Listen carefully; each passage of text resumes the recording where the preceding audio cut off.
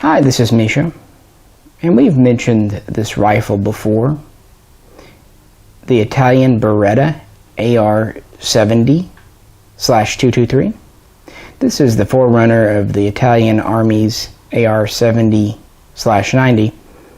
Wanted to do a video today because it's kind of fun to revisit guns that don't get a lot of exposure, and also, in addition to my pre-band Beretta here, we have this American kit build done by Honey Creek Industries on a PLF receiver, which was a company out of St. Louis, Missouri, who did these upper receivers. The upper is the registered part on this gun, not the lower. And they made these receivers in response to some parts kits that came in some years back and were mostly sold off by Numeric. I believe the parts kits were Malaysian in origin, but they were military kits, and so with a few kits in, including having the original barrels, someone was bound to make receivers. PLF is the most common, but there are a couple of other companies that made a few. Even PLF only made a few hundred though, so they're quite uncommon today. And so I thought it was worth a neat little video to look at this gun, compare it to the pre-band, and also talk about the history of this firearm. Now we have a video comparing this to the Swiss SIG 550, and that's because those two guns have a lot in common. Here we go. Bipod, being lazy. Beretta developed the BM59 in 1958. It went into service, and it replaced the M1 Garand in Italian military service. This was a 308 7.62 NATO caliber gun. It was basically a carbine modified Garand that was select fire, and it fed from 20-round magazines. Well, after succeeding with this, Beretta became interested in the new 5.56, at that time 223 Remington Cartridge, which had debuted in 1959 and getting into 1960 with the Armorlight Colt AR-15. The AR-15 saw some limited use in Vietnam in 1961, and Beretta first approached Colt about perhaps making a version under license, but Colt nixed this because they were afraid that Beretta would be competition. So in response, Beretta partnered with the Swiss company of SIG in Neuhausen to develop a new pattern of rifle to fire the new cartridge, and this partnership was officially declared in 1963. And it would last until 1968, so 5 years. And the two companies would combine efforts and come up with what we would know as the SG530. Now this gun was interesting because it had a gas system and it used the roller lock bolt, which SIG had carried over from the STGW57, the PE57. But Beretta thought using both was silly. You didn't need all the complexity, the precise geometry of a roller lock system if you're using a gas piston, in this case a long stroke. So they fell out over a design disagreement. In 1968, Beretta started working on what became the AR70/223, and it was introduced in 1972. At the time, it was one of actually only a few fully developed, fully reliable select fire military guns on the international market, so it received some success. In total, about a dozen nations purchased these in some quantities. These included Egypt, Jordan, Malaysia, Indonesia, and Italy itself. While the 70 never became official standard issue, the Italian Air Force, specifically its security division, the Italian Navy, and various other Italian special forces did adopt it. So it did see use, actually quite a bit of use, and was relatively successful just for lack of competition. And in a way, the whole gun was because of Colt, so they made their own competition.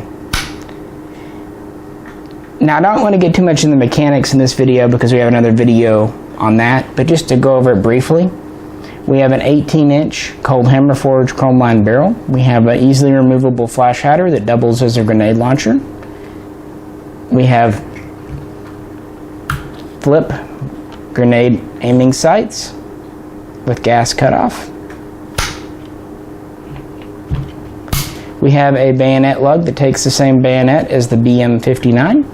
We have a folding light bipod, which while not interchangeable because of the collar with the BM59, is essentially the same. The sling itself is the same too, just with a different adapter. The gas system, as I said, a long stroke, using a rotating bolt with 2 lugs. The bolt locks into the receiver, not a barrel extension. We have this folding dust cover here. We have a stamped upper and lower receiver. It has a cross-shaped section. It's spot and welded. We have a scope mount on the top. Obviously, it's a non-standard by today's standards, but back then in the 70s, there wasn't really a standard, so there's a way to mount a scope. We have pretty typical flip peep sights that are adjustable for windage back here, elevation up here. We have a nice ergonomic pistol grip with storage in it. Triggers on these are quite nice.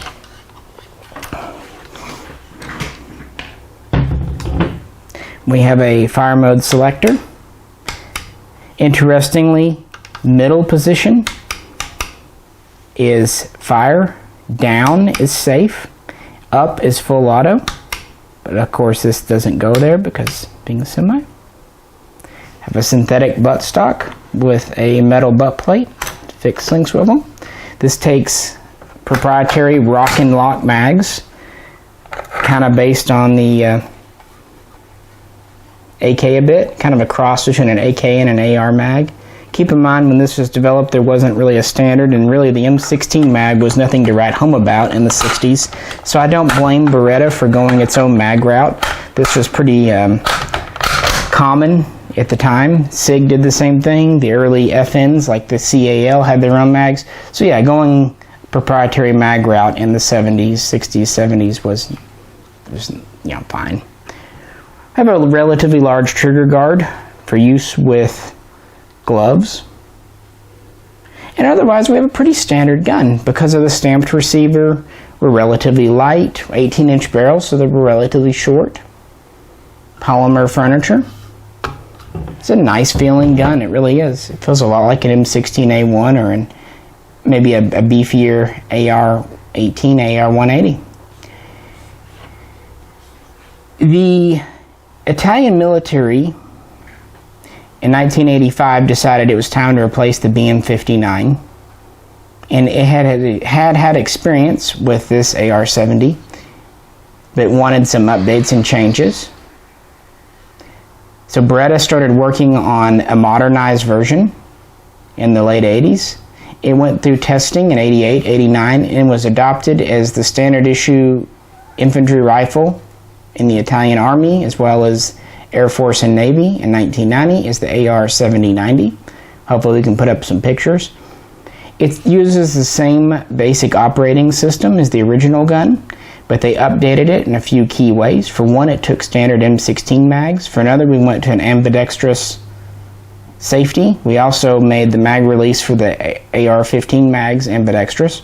We went to a new style of removable carry handle scope mount system.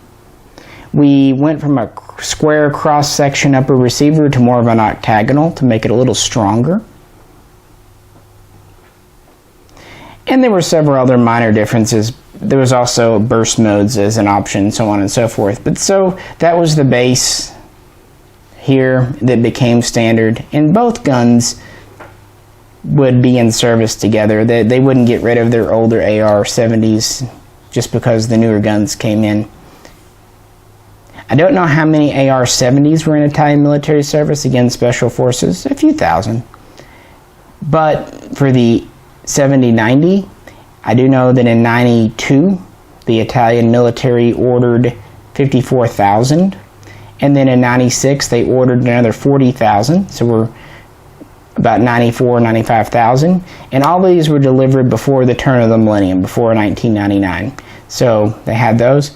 The last order seems to have been in 2008, where 500 of the SC7090s were manufactured. That would be the folding stock version. There was also a metal folding stock version of this rifle here, and there was also a compact barrel version with a 14-inch barrel manufactured. So there were a few variants, all of them being in 5.56 NATO though. The AR7090 is still in service today, although it's being phased out.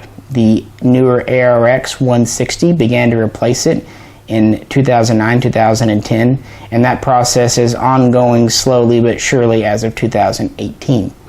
Interestingly, there are still some older AR70 223s in service. These are mostly still in the Air Force. Maybe I guess the Italian Air Force is like the US Air Force. They don't really throw away anything that works. The AR70 has also been seen in parades, more representative.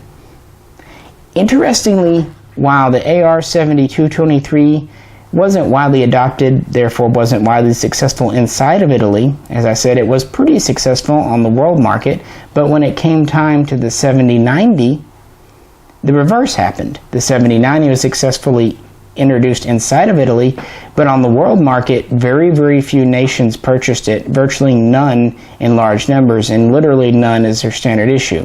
This is because while this design was quite modern and cost-effective to produce back in the 70s, by the 90s, it was looking pretty conventional, if not outright obsolete and outdated, and it was actually quite expensive to produce by those standards because it uses very little polymer, and the polymer that it does use is more of an older style. We have a lot of metal here and so on and so forth. So it's just an interesting thing. Now the semi-auto version was known as the AR70 223S. These were imported in the late 80s. We don't know how many came in. Some people say as few as 500. Some people say as many as 3,000. Either way, it was a small number. And it almost seems like these are kind of snuck into the country. Beretta only did one shipment, one order, and these came in boxes marked shotgun. It actually said on it, "Congratulations for your new Beretta shotgun purchase." But that was before the 7090 was in service, so that's when we got the 70-223. These have a 1 in 12 twist barrel. Some people say that 1 in 12 will not stabilize anything over 55 grain, and while I think it's still good to use 55, you can shoot 62 in these reasonably well. And that was it. There was an Italian semi-auto version known as the AR7090S, but because of the 1989 Bush import ban, none of these ever came in, and I don't think Beretta as a company was terribly excited anyway, so they never did a post-ban thumbhole stock version. So this is the closest we can get in America. And yeah, this is the semi-auto. These are really fun to shoot. They have a very smooth bolt, almost as smooth as a SIG. Trigger is quite nice. Interestingly, going back to SIG for a moment, as I said, they parted ways over the roller lock system. SIG would tinker with it for a little longer and then realized Beretta was right all along. And you can see this very easily because when you start to look at the SG540 and SG550, you'll see a two-lug rotating bolt system, just like in this AR70 and 7090. So in the end, SIG should have just listened to Beretta because that's what they went with. And also quite interestingly, both full adoption versions, although the AR70 and SIG 540 did go into production, neither was adopted as standard issue by their nations. But their enhanced versions, the SIG SG550, was also adopted officially in 1990. So very parallel development course with both guns being adopted in the same exact year, and both guns are still in service today. Although, as I said, the 70-90 is being phased out. So that's where we're at on the history and the originals. Let me fold my bipod back up, folks. These are really slick guns, and for a long time these didn't go for a ton of money, but in recent years anything pre-ban has started to go.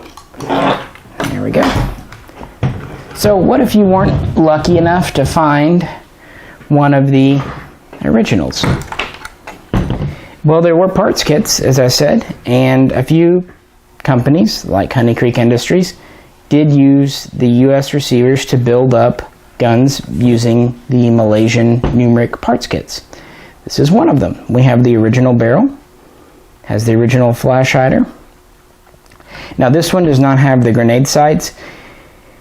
Interestingly, the pre-bans were not imported with the grenade sights either. They deleted that feature along with the bayonet lug is on this one to make them more of a sporting gun. The bipod was an optional upgrade, so by default they wouldn't have them. So in a way this one looks in profile like how the pre-bans would have come in.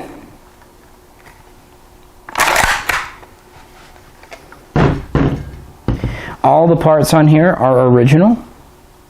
Beretta, the whole front end, US receiver. A couple of the fire control parts are US made to make them semi only.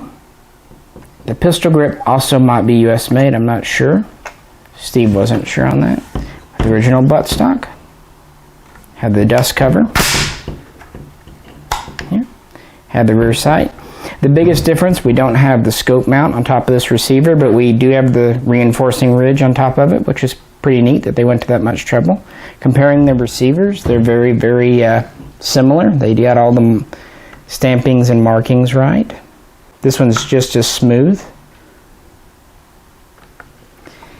Now, these will take standard AR70 mags, but for the 922 fans out there, what they did, they would take AR15 mags. Sorry, this one fits a little tight. Let me get it right here. And they would put on a top overlay to let these be inserted into the Beretta. You would see this with some of the HK 3393 mags as well, back when those were hard to get. And this would give you 3 US parts, plus the receiver and the fire control, and possibly pistol grip. Would get you there for people who cared. Trigger's still nice. Again, the lower is all an original military lower. You can tell because we have the 3-position selector. It's a little bit different shaped than on the semi-auto. There's down. And there's up. So now it'll be safe. So we have the 3-position, but of course up is just cosmetic. It's just a secondary semi position. And it still has a storage compartment in the pistol grip. It's a little different shape on this one. So a neat alternative. Of course, the quality of these can vary wildly because PLF just made the receiver, so the builder. But anyone like Honey Creek Industries, it really takes their time, can make a nice rifle out of these kits and receivers. I really like the AR70, but you can tell that it was kind of a first-generation design that needed a little bit of refinement. Not quite as much as, say, the AR18, AR180, but it had some things that needed to be changed, and they did so with the 7090. One that comes to mind is this front pivot pin. While the rear pin is just a standard push pin, like on an AR, it's captive. The front pin is actually held in by 2 E-clips, one on each side, and the handguard. Yeah, it won't come out on you, but it's kind of, anytime I see an E-clip on a military gun, I get nervous. Also, the fact that it took its own mags was kind of peculiar, especially as time went on and the AR mag became the de facto standard. This disassembly method, too, of just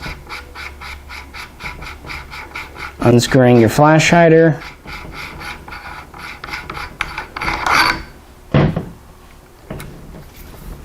and then pushing your gas block forward is kind of peculiar, and they kind of improved it with the 90, although they kept something very similar. Sorry, this likes to kind of land up weird. I find it's easier to put it back down if you just put your bolt back like so, and it goes, lines itself up. Interesting design. It definitely makes taking your flash hider off and getting your front end apart, but as you see, you got to kind of wrestle it back in a bit and hope that it lines up properly. Also, your handguard isn't really held on by a lot. It loops around the front takedown pin,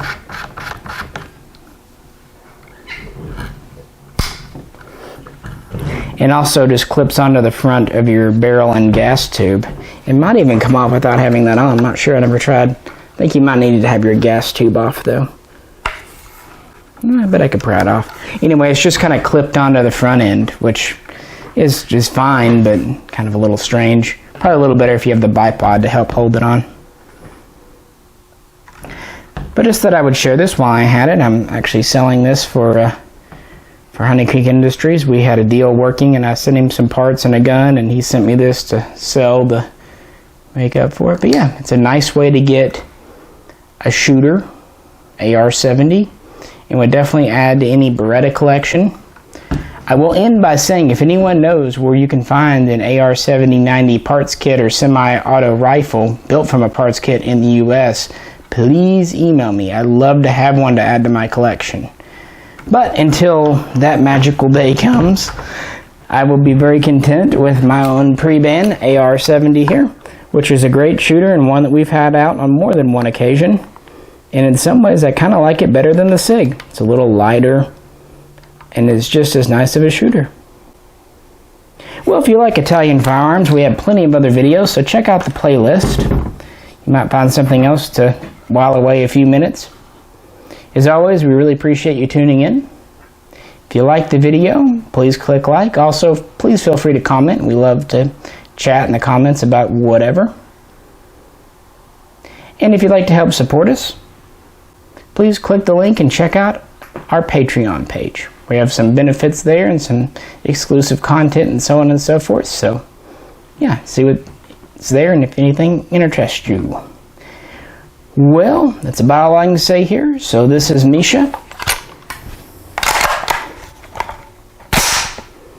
And I'll catch you next time.